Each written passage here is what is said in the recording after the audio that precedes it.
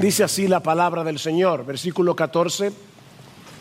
Pues vosotros, hermanos, vinisteis a ser imitadores de las iglesias de Dios en Cristo Jesús que están en Judea, porque también vosotros padecisteis los mismos sufrimientos a manos de vuestros propios compatriotas, tal como ellos padecieron a mano de los judíos, los cuales mataron tanto al Señor Jesús como a los profetas, y a nosotros nos expulsaron y no agradan a Dios, sino que son contrarios a todos los hombres, impidiéndonos hablar a los gentiles para que se salven, con el resultado de que siempre llenan la medida de sus pecados. Pero la ira ha venido sobre ellos hasta el extremo. Cada vez que nosotros escribimos una fecha, tenemos que reconocer el impacto de Jesús en la historia. Porque en una buena parte del planeta Tierra, el tiempo se divide en antes de Cristo y después de Cristo. Así que cada vez que tú escribes una fecha, estás obligado a recordar la importancia de Jesús. Pero no solo la historia se divide en dos, sino también toda la humanidad.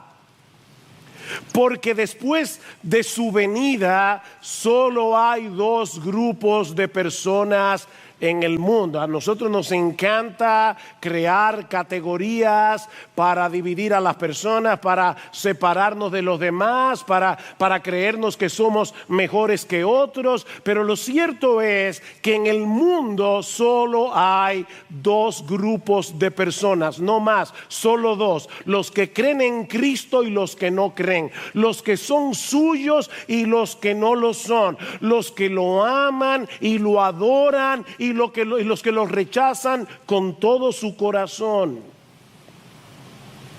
El que no es conmigo, contra mí es, dice Jesús. No se puede ser indiferente, no se puede ser neutral ante la persona de Jesús, porque óyeme bien, mi amigo que estás aquí, no hacer nada con Jesús es una declaración de guerra. Nadie aquí, jóvenes que tal vez han nacido en esta iglesia, no hay nadie que sea neutral con respecto a la persona de Jesús. Si el Dios del cielo nos llama a arrepentirnos, si el Dios del cielo nos llama a creer en su Hijo, seguir a su Hijo, reaccionar con indiferencia es un acto de rebeldía. De manera que Cristo, contrario a lo que piensan muchas personas, es el gran divisor de la raza humana. Cristo divide la raza humana. Él mismo dice en Mateo capítulo 10, versículo 34, que Él no vino al mundo a traer paz, sino espada. Qué declaración más extraña, ¿verdad? El príncipe de paz dice que Él vino a traer espada. Porque vine a poner al hombre contra su padre, a la hija contra su madre, a la nuera contra su suegra, y los enemigos del hombre serán los de su misma casa. Ahora, esta es una moneda de dos caras, porque así como Cristo nos separa del mundo, al mismo tiempo nos hace uno con su pueblo. Vean una vez más la comparación que hace Pablo en el versículo 14. Dice: pero vosotros, hermanos, vinisteis a ser imitadores de las iglesias de Dios en Cristo Jesús que están en Judea. La iglesia en Tesalónica estaba compuesta mayormente por gentiles, es decir, por personas que no eran judías. Las iglesias en Judea estaban compuestas prácticamente en su totalidad por personas judías, y sin embargo Pablo los describe exactamente de la misma manera. Noten el versículo 1, Pablo, del capítulo 1, Pablo, Silvano y Timoteo, a la iglesia de los tesalonicenses, en Dios Padre y en el Señor Jesucristo. ¿Se dieron cuenta la similitud? Las iglesias de Dios que están en Judea están en Cristo Jesús. Bueno, la iglesia en Tesalonicense está en Dios y Padre y en el Señor Jesucristo. En otras palabras, mis amados hermanos, la iglesia en Tesalónica, compuesta mayormente por gentiles, y las iglesias de Judea, compuesta mayormente por judíos, compartían la misma identidad. El trasfondo racial, el trasfondo cultural, el trasfondo socioeconómico no es lo que ahora nos define. Lo que nos define es el hecho de estar en Cristo. En Cristo. Y eso nos lleva, mis hermanos, a la primera enseñanza que podemos extraer de este pasaje y que no es del todo evidente en una primera lectura. Y es el hecho de que debido a nuestra unión con Cristo somos un solo pueblo que compartimos una misma identidad. Vean de nuevo otra vez el versículo 14.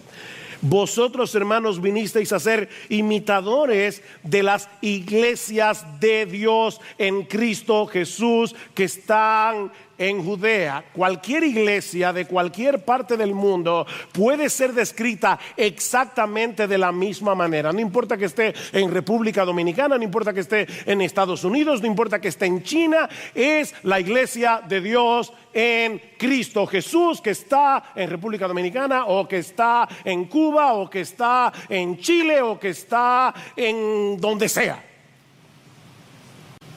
Tenemos la misma identidad.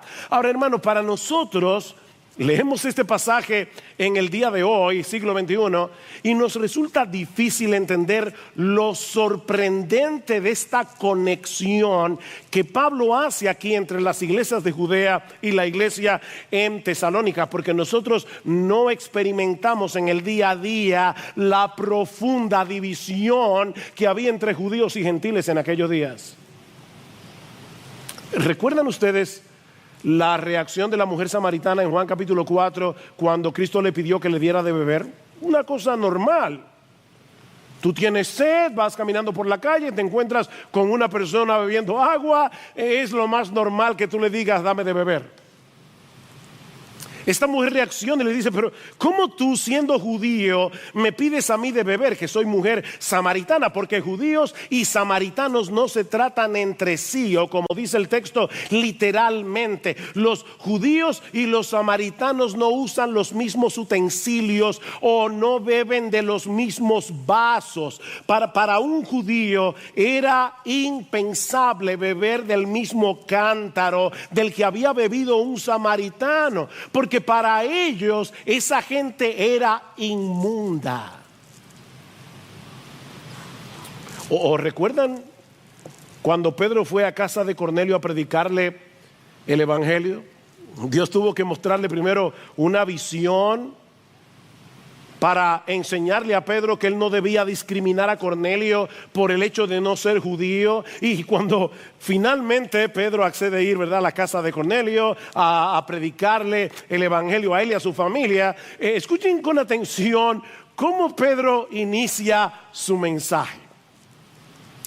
Vosotros sabéis cuán abominable es para un varón judío juntarse o acercarse a un extranjero. Pero a mí se me ha mostrado Dios, que a ningún hombre llame común o inmundo. Miren, hermanos, se necesita cierta dosis de humildad para escuchar a un predicador que nos dice de entrada, antes yo pensaba que ustedes eran personas impuras, inmundas, despreciables, abominables. Como para decirle, gracias Pedro, nos vemos después. Pero Cornelio quería oír el evangelio. Mis hermanos, esa era la perspectiva generalizada que los judíos tenían del resto del mundo. Eran perros gentiles.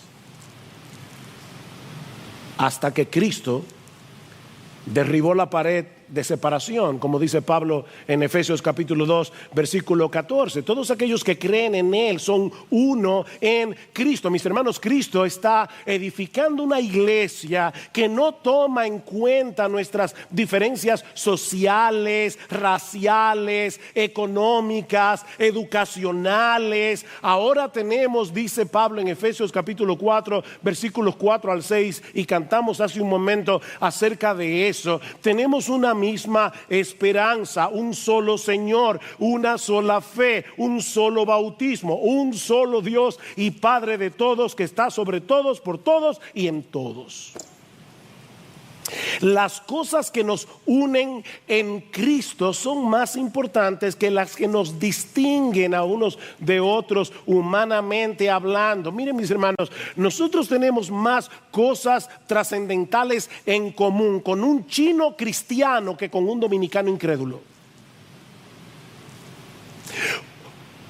Un doctor de Harvard tiene más cosas trascendentales en común con un analfabeto cristiano que con otro doctor de Harvard. Somos uno en Cristo. Y mis hermanos, eso debe producir en nosotros un fuerte apego por nuestra iglesia local y un amor sincero y genuino por la iglesia universal. La iglesia de Cristo no son estas cuatro paredes. Somos parte de algo mucho más grande. Somos uno en Cristo, por más distinto que seamos en otras cosas. Pero eso que nos une con otros creyentes es precisamente lo que nos separa del mundo. Y es lo que produce oposición y rechazo por el hecho de ser cristianos. Lo que nos lleva a la segunda enseñanza de nuestro pasaje. Ya hemos visto que debido a nuestra unión con Cristo somos un solo pueblo que compartimos una misma identidad, pero aprendemos también que debido a nuestra identificación con Cristo somos un pueblo que compartimos la misma hostilidad. Versículo 14 de nuevo. Pues vosotros, hermanos, vinisteis a ser imitadores de las iglesias de Dios en Cristo Jesús que están en Judea. ¿En qué vinieron a ser imitadores? Porque también vosotros padecisteis los mismos sufrimientos a manos de vuestros propios compatriotas, tal como ellos padecieron a mano de los judíos. Todas las iglesias de Cristo, las verdaderas iglesias de Cristo, independientemente de la denominación, independientemente del país donde estén, nos parecemos en varias cosas.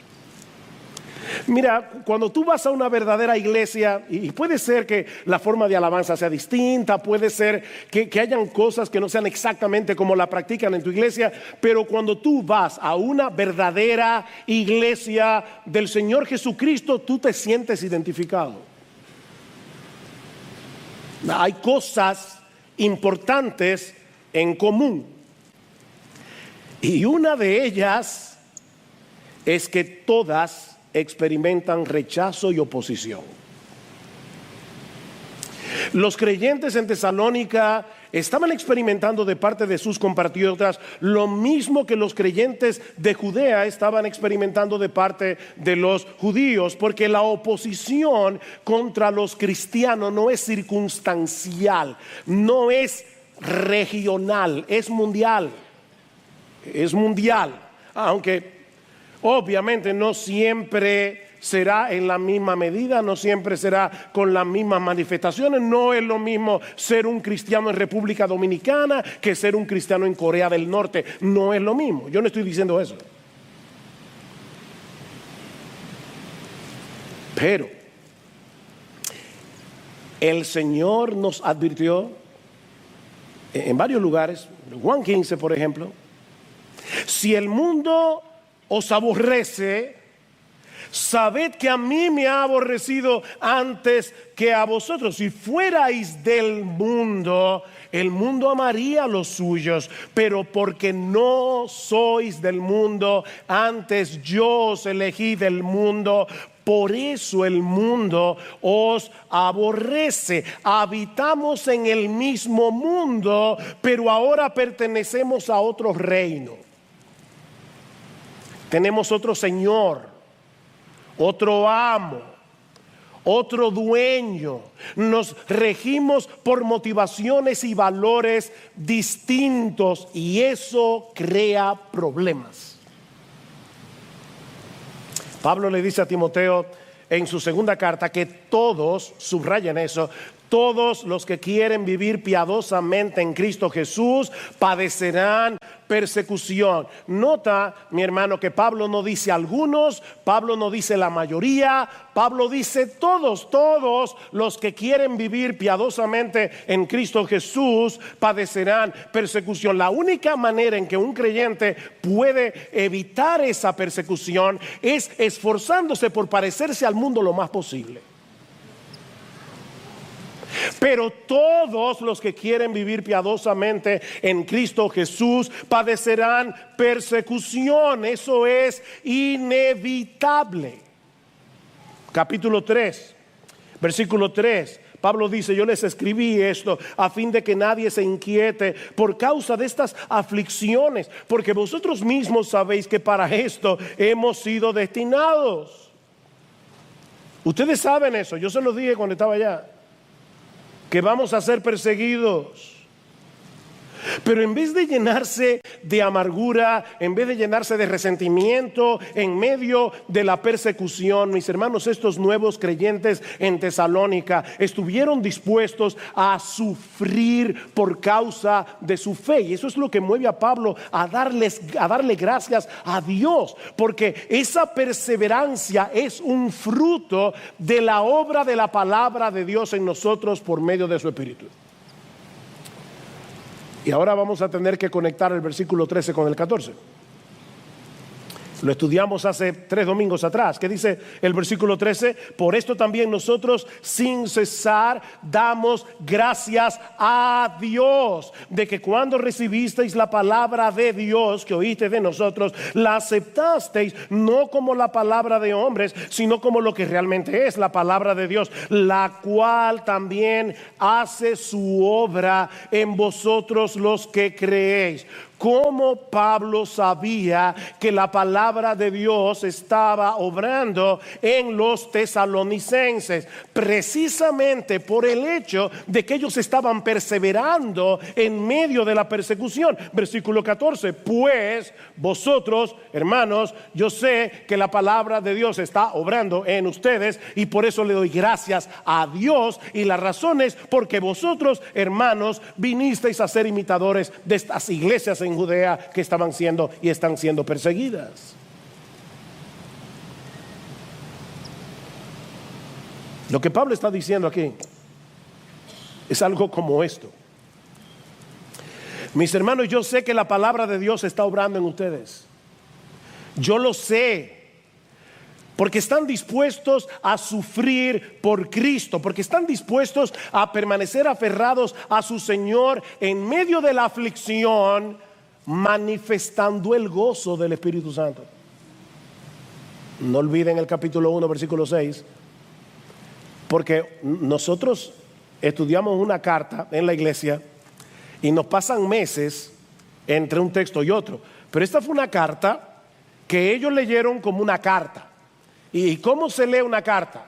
Ustedes leen una carta, una hoja hoy, otra hoja mañana y otra hoja pasado mañana, o ustedes leen la carta entera. Bueno, ellos leyeron la carta, y ¿saben lo que dice esta carta un poco antes en el capítulo 1, versículo 6? Y vosotros vinisteis a ser imitadores de nosotros y del Señor, habiendo recibido la palabra en medio de mucha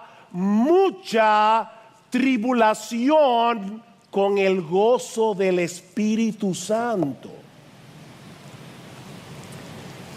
Y si estuvieron atentos a la lectura de Salvador al principio, En la segunda carta, en el capítulo 1, en el versículo 3, Pablo dice: siempre tenemos que dar gracias a Dios por vosotros, hermanos, como es justo, porque vuestra fe aumenta grandemente y el amor de cada uno de vosotros hacia los demás abunda más y más, de manera que nosotros mismos hablamos con orgullo de vosotros entre las iglesias de Dios, por vuestra perseverancia y fe en medio de todas las persecuciones y aflicciones que soportáis. ¿No es verdad, mis hermanos, que muchas veces cuando estamos en medio de una aflicción nos aislamos de la gente?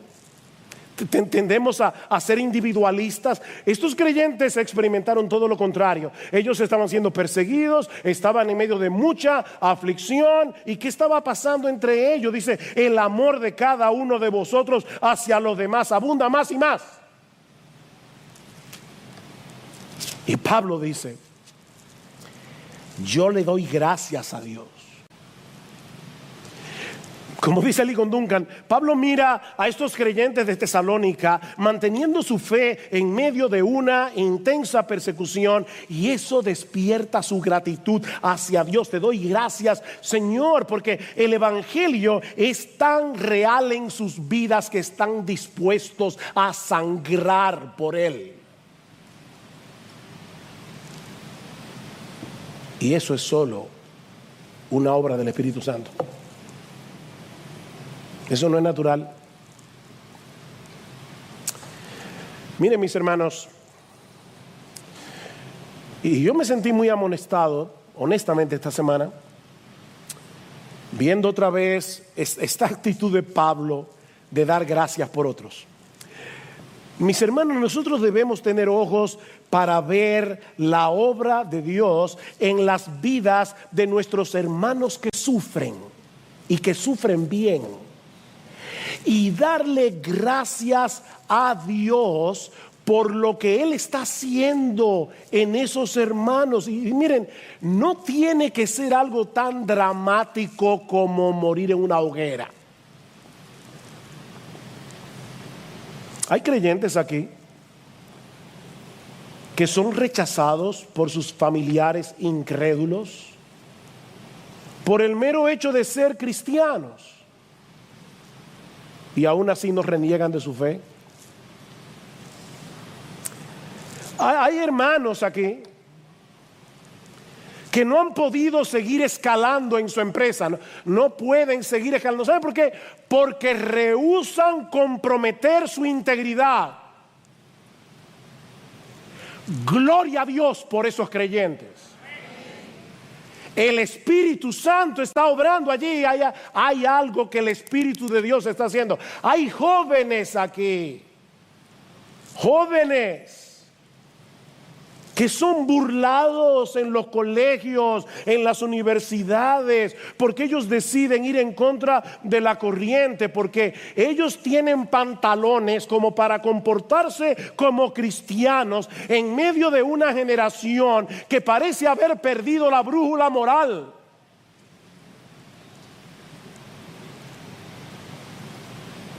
Gloria al Señor por esos jóvenes.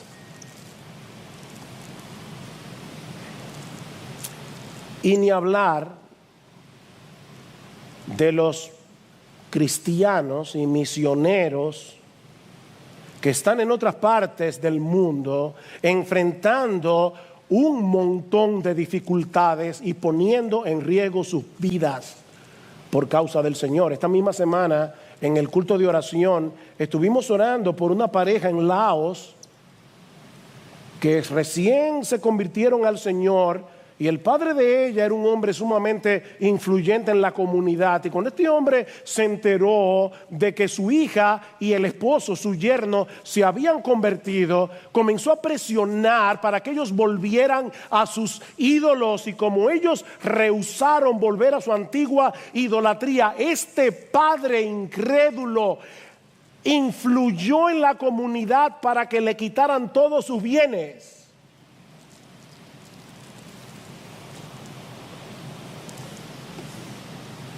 Ese es el tipo de cosas que los cristianos han estado padeciendo a lo largo de toda la historia, ¿no? El autor de la carta a los hebreos menciona a un grupo de creyentes que precisamente habían sufrido el despojo de sus bienes, al igual que estos hermanos en Laos, solo que el autor de la carta a los hebreos le añade dos palabritas muy importantes. El despojo de vuestros bienes sufristeis con gozo.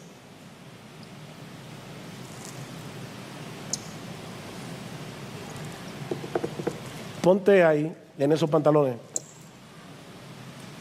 Te lo quitaron todo por causa de Jesús. Y tú eres capaz de decir, amén. Cristo es más valioso que todo eso. ¿Ustedes recuerdan a Pablo y a Silas en Filipos? Dice que en Hechos 16, 23, que después de haberlos azotado mucho, dice el texto, y después de llevarlos al calabozo que estaba en el interior, miren, una cárcel, yo tuve la oportunidad de ir a una cárcel en Roma, la cárcel Mamertina, donde probablemente estuvo el apóstol Pablo. Miren, una cárcel en aquellos días, en el piso más de arriba, era horrible. A Pablo y a Silas lo pusieron en la cárcel de más adentro, encadenados. ¿Y saben lo que sucedió? Que a medianoche los presos oían a Pablo y a Silas orando y cantando himnos a Dios. Golpeados, magullados, encadenados, cantando himnos a Dios. ¿Cómo explicamos algo así? Por la obra del Espíritu Santo. Es el Espíritu Santo el que actúa en nosotros la fe. Él es que obra la fe para esperar en las promesas de Dios reveladas en su palabra. Es el Espíritu Santo el que hace viva la palabra en nuestro corazón, dándonos certeza de que Dios nos ama, dándonos certeza de que ni una sola de sus promesas quedarán sin cumplimiento. No olviden el contexto. Pablo está dando gracias al Señor porque cuando ustedes recibieron la palabra de Dios que oíste de nosotros, la recibisteis no como palabra de hombres, sino como lo que es en verdad la palabra de Dios. De manera que cuando estos hermanos oían, el Señor es mi pastor, nada me faltará, en lugares de delicados pastos me hará descansar, ellos sabían, esa es la palabra de Dios, porque a los que aman a Dios todas las cosas les ayudan a bien. Esto es palabra de Dios. Y el Espíritu Santo está allí recordándonos y obrando en el corazón y diciéndote, hijo mío, esta es palabra de Dios, palabra de Dios. Estas no son promesas vacías, esto no es sopa de pollo para el alma, no. Esto es palabra de Dios.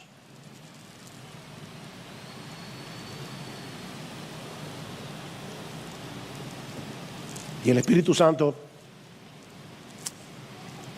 provoca fe, produce fe. Porque al final, mis hermanos, es un asunto de fe. ¿Qué dice Pablo en Romanos 15? Y el Dios de la esperanza os llene de todo gozo y paz en el creer, para que abundéis en esperanza por el poder del Espíritu Santo. Solamente el Espíritu Santo puede hacerme abundar en esperanza, al aumentar mi fe en lo que Él mismo reveló en la palabra. El Espíritu Santo nos llena de esperanza en el dolor, alimentando nuestra confianza en Dios, por lo que sabemos de Él, de nuestro Padre, en su palabra. Pero sobre todas las cosas, el Espíritu Santo es el que abre los ojos de nuestro entendimiento para que seamos capaces de ver la gloria y hermosura de nuestro Señor Jesucristo. Mis hermanos, Él es tan glorioso, Él es tan hermoso, Él es tan maravilloso que vale la pena sufrir por el gozo y el deleite de conocerlo a Él. Vale la pena. Y eso lo hace el Espíritu Santo. El gozo y el deleite de conocer a Cristo, mis amados hermanos, sobrepasa cualquier dolor. Pero ese gozo no es natural, es el fruto del Espíritu. Y a medida que el Espíritu va abriendo nuestros ojos y nosotros vamos viendo la gloria de nuestro Señor, algo sucede, nos vamos pareciendo cada vez más a Él. Contemplando su gloria, somos transformados de gloria en gloria en la misma imagen como por el Espíritu del Señor. Nos convertimos en sus imitadores, como dice Pablo. Se dieron cuenta en 1:6, dice: vosotros vinisteis a ser imitadores de nosotros y del Señor, de nosotros y del Señor. Y una de las cosas que se dice de Cristo en Hebreos capítulo 12 versículo 2 es que por el gozo puesto delante de Él sufrió la cruz. Cuando somos imitadores del Señor, somos capaces de sufrir con gozo. Por el gozo puesto delante de Él sufrió la cruz. No por el gozo de sufrir. Porque, mis hermanos, no somos masoquistas. El sufrimiento no es causa de gozo. Cristo sufrió la cruz con gozo por dos razones. Primero, por el gozo de poder hacer la voluntad de su Padre. Y dos, por el gozo de salvarte a ti. Y a ti, y a ti, y a ti, si eres creyente. Wow. Cristo sufrió la cruz con gozo porque sabía que al hacerlo te estaba salvando a ti.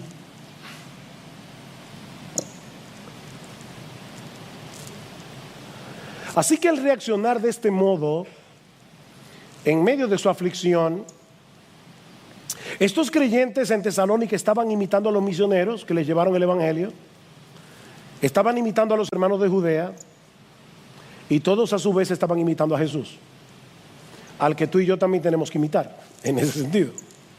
Bueno, en todo sentido. Pero ahora Pablo quiere hacerles ver el porqué de ese sufrimiento. Mis hermanos, ¿qué es lo que está detrás de esa persecución, de ese rechazo, de esa oposición del mundo hacia los cristianos? ¿Qué es lo que hay detrás? Versículo 15.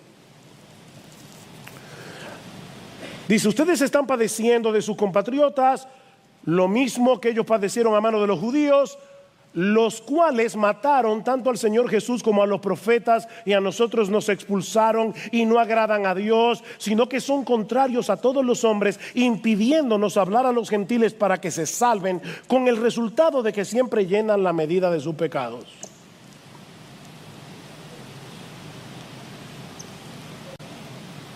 ¿Saben qué, mis hermanos? A final de cuentas, el problema del mundo incrédulo con los cristianos va más allá de un asunto personal.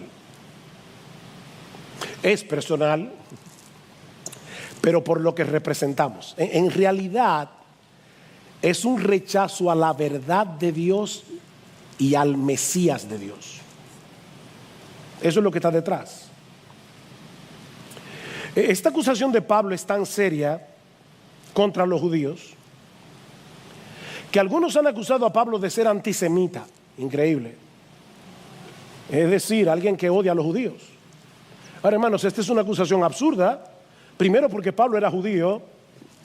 Segundo, porque él mismo fue un perseguidor que trató de detener el avance del evangelio.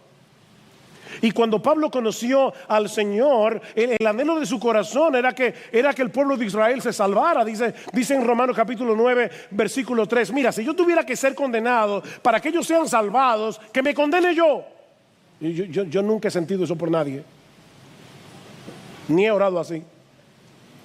El deseo de mi corazón y mi oración a Dios por Israel, Romanos 10:1, es para salvación. Pablo no era un antisemita. Eso es absurdo. No, Pablo escribió seguramente este pasaje con mucho dolor en el corazón. Pero todo lo que dice contra los judíos es tristemente cierto, y todo se encierra en una cosa: el rechazo del mundo incrédulo a la verdad de Dios y al Mesías de Dios. Mataron al Señor Jesús, dice Pablo. Por más que los romanos lo llevaron a la cruz, los judíos fueron responsables de su muerte. Ellos lo entregaron al poder civil, acusándolo falsamente para que fuera crucificado. Mataron al Señor Jesús, mataron a los profetas. En el Antiguo Testamento los profetas fueron sistemáticamente perseguidos por el pueblo de Israel. ¿Por qué? Porque no soportaban el mensaje que Dios les enviaba a través de ellos. Óyeme, mi amigo incrédulo que estás aquí, no te engañes a ti mismo pensando, es que intelectualmente yo no puedo aceptar. No, el problema tuyo es que tú no quieres la verdad de Dios, no la quieres. Porque la verdad de Dios te recuerda que tú eres un pecador. La verdad de Dios te recuerda que tú no eres tan grande como tú crees que tú eres, que tú no eres tan bueno como tú crees que tú eres, que solo hay un Dios, un solo rey, y se llama Jesús, no eres tú. No te engañes. Mataron a los profetas.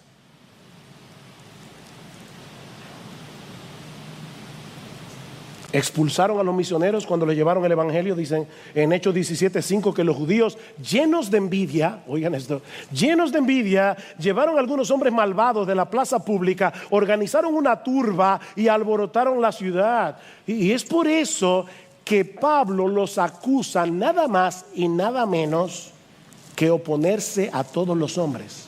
¿Lo vieron en el versículo 15? No agradan a Dios, sino que son contrarios a todos los hombres. ¿Saben lo que Pablo está diciendo aquí? Que son enemigos de la humanidad. Wow. ¿Saben por qué son enemigos de la humanidad? Porque están impidiendo la predicación del evangelio, que es lo único que puede salvar al pecador. Por eso dice en el versículo 16, impidiéndonos hablar a los gentiles para que se salven. Impidiéndonos hablar a los gentiles. Miren, mis hermanos, no hay un pecado más odioso a los ojos de Dios que tratar de frenar el avance del evangelio. ¿Sabéis por qué? Porque la mayor necesidad de cualquier hombre es reconciliarse con Dios por medio de la persona y la obra de nuestro Señor Jesucristo. Eso es lo más odioso a los ojos de Dios.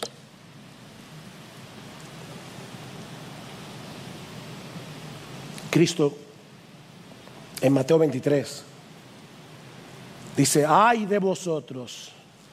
Y cuando Cristo dice ay de vosotros, escribas y fariseos, hipócritas, porque cerráis el reino de los cielos delante de los hombres, pues ni vosotros entráis, ni dejáis entrar a los que están entrando.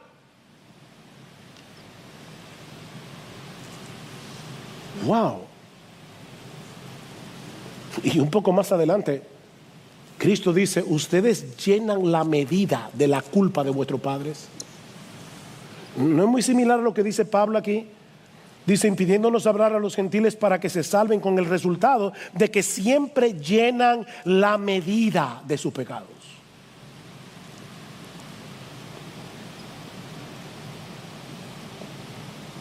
Su pecado ha llegado al colmo, dice Pablo. A tal punto que la ira de Dios, dice él, versículo 16, ha venido sobre ellos hasta el extremo. Y Pablo puede estarse refiriendo a lo que el mismo Jesús dijo en la parábola de los labradores malvados en Mateo 21, que el reino de los cielos iba a ser quitado de la nación de Israel como nación y le iba a ser dado a los gentiles, que iban a producir los frutos que ellos no pudieron producir.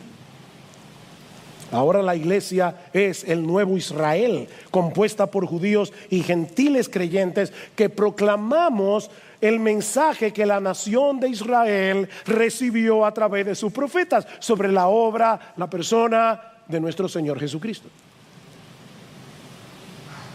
Y eso es precisamente lo que el mundo quiere frenar a toda costa. Que la verdad de Dios sea proclamada, que Cristo sea reconocido como Rey de Reyes y Señor de Señores, para que la gente venga a Él en arrepentimiento y fe y sean salvos. Pero ¿saben qué, hermanos? Nadie puede frenar la obra de Dios. Nadie. Corrie ten Boom, aquella mujer cuya familia escondió judíos para librarlos de los nazis durante la Segunda Guerra Mundial, fue llevada junto a su hermana Betsy a un campo de prisioneros horriblemente inhumano, a Ravensbrück. El cuartel en el que las encerraron estaba sobrepoblado, mucha gente, pero lo peor es que estaba infestado de pulgas. La mañana en que llegaron, leyeron juntas Primera Tesalonicenses, capítulo 5, 16 al 18. Estad siempre gozosos, orad sin cesar y dad gracias en todo. Así que Betsy le dice a Corrie: ven, vamos ahora a dar gracias por cada aspecto de este nuevo alojamiento. Corrie ten Boom admite que al principio ella no quería. ¿Cómo le voy a dar gracias a Dios por las pulgas? Pero su hermana seguía insistiendo. Aquí dice: dad gracias en todo. Finalmente, Corrie accedió. A medida que pasaban los meses, ellas se sorprendían porque comenzaron a realizar un estudio bíblico en las barracas. La gente comenzó a venir, empezaron a orar, y lo que las sorprendía era que los guardias no interferían, las dejaban tranquilas. ¡Qué raro! Más tarde descubrieron que la razón por la que los guardias no interferían era por las pulgas. No querían ser infestados. Porque Dios tiene muchas formas creativas de glorificar su nombre y de expandir el evangelio.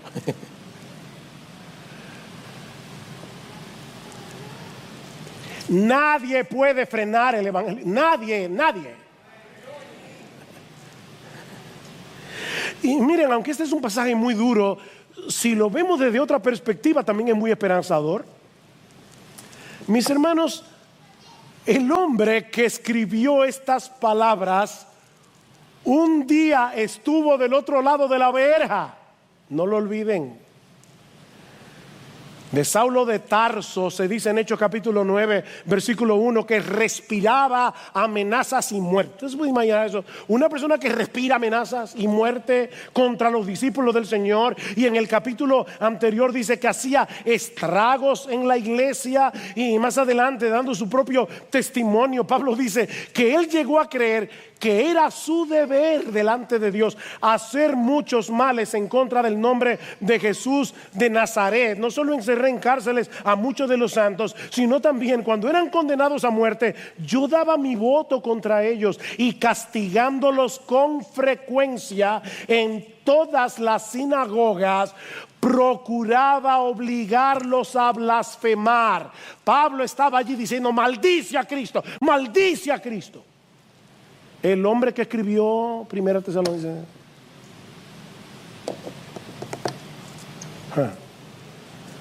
¿Qué Dios tenemos nosotros? Pablo odiaba a Cristo y a los cristianos con cada fibra de su ser. Pero mis hermanos, no existe un ser humano en el mundo que pueda oponerse al llamado eficaz del Espíritu Santo. No lo hay.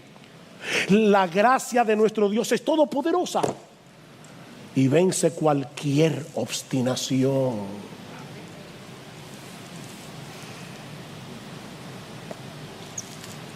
Mi hermano, no pierdas las esperanzas con tus hijos, no pierdas la esperanza con tu cónyuge incrédulo, no pierdas la esperanza con esos amigos que amas, por más endurecidos que estén hoy en sus corazones, porque Dios puede soplar sobre ese valle de huesos secos y traerlos de la muerte a la vida por el poder del Espíritu Santo.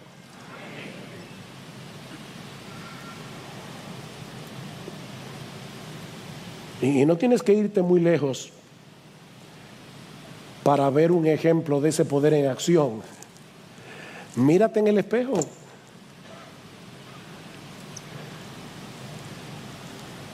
Porque si Él te salvó a ti y me salvó a mí, también puede salvar a esos que se burlan, a esos que te rechazan por el hecho de que tú eres cristiano. Mírate en el espejo.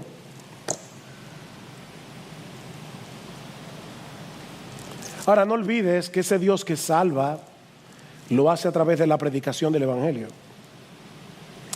Vamos a ver este pasaje al revés. Si no hay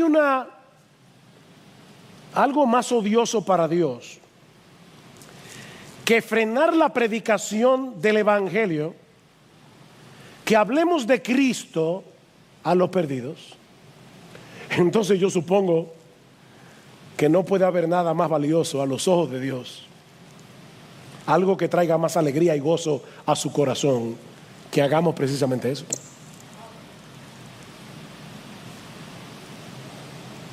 La mayor necesidad del incrédulo es reconciliarse con Dios, aunque en este momento él no lo sepa. Aunque ahora se encuentre a gusto con sus cadenas, él necesita liberación, él necesita ser rescatado del dominio, de las consecuencias del pecado que lo está llevando engañado a una condenación eterna. Y mis hermanos, ellos solos podrán ser salvos si tienen un encuentro con Cristo por medio de la predicación de su evangelio. Ese es el instrumento poderoso que usa Dios para salvar a los perdidos.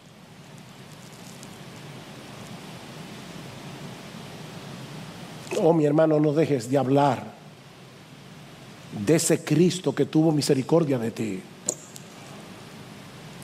y que te trajo a salvación por el poder de su Espíritu Santo, porque Él puede salvar a otros por medio de tu predicación.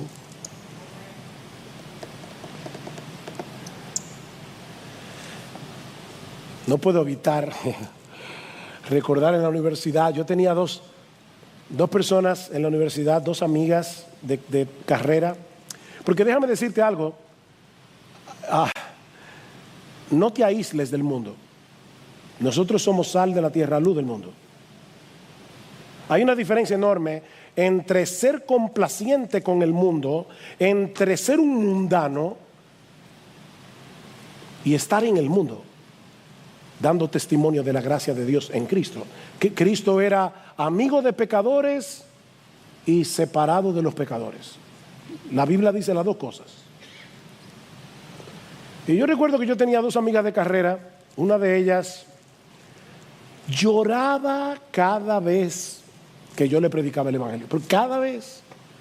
Y yo le decía a mis amigos, les decía a Gloria sobre todo, yo creo que fulana va a ser, yo como nuevo creyente en mi romanticismo, ella va a ser la primera persona que se va a convertir a través de mi predicación. Y esta muchacha tenía una amiga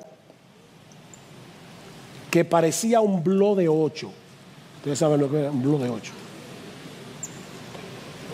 Y yo siempre pensaba, fulana se va a convertir, pero esta otra es tan dura. Final de la historia. Esta fulana todavía es incrédula y el blog de 8 ya partió para estar con el Señor. Es nuestra querida hermana Ica, que de repente un día me dijo, mira, llévame a un estudio bíblico.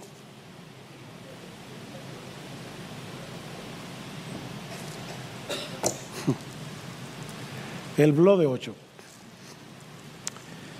La gracia la derritió. Así que no dejes de hablar de Cristo, no dejes de hablar de Cristo. Y mira, cuando te rechacen, cuando se burlen de ti, ni se te ocurra sentir autocompasión. Ni se te ocurra. Mira en esa burla el reflejo de tu propia dureza cuando tú no eras cristiano. Y por el poder del Espíritu, regocíjate en la obra que Cristo hizo en ti de pura gracia para cambiar tu corazón de piedra en un corazón de carne. ¿Qué dice Pedro? Amados, no os sorprendáis del fuego de la prueba que os ha sobrevenido, como si alguna cosa extraña os aconteciese, sino gozaos por cuanto sois participantes de los padecimientos de Cristo, para que también en la revelación de su gloria os gocéis con gran alegría. Si sois vituperados por el nombre de Cristo, sois bienaventurados, porque el glorioso Espíritu de Dios reposa sobre vosotros. Es precisamente en ese momento que el Espíritu Santo viene con poder a animarte, a fortalecerte, a fortalecer tu fe, a recordarte la palabra, a recordarte que Dios te ama, a recordarte sus promesas. Bienaventurados sois. Pero no quiero terminar sin hacer una pregunta a las personas que nos visitan.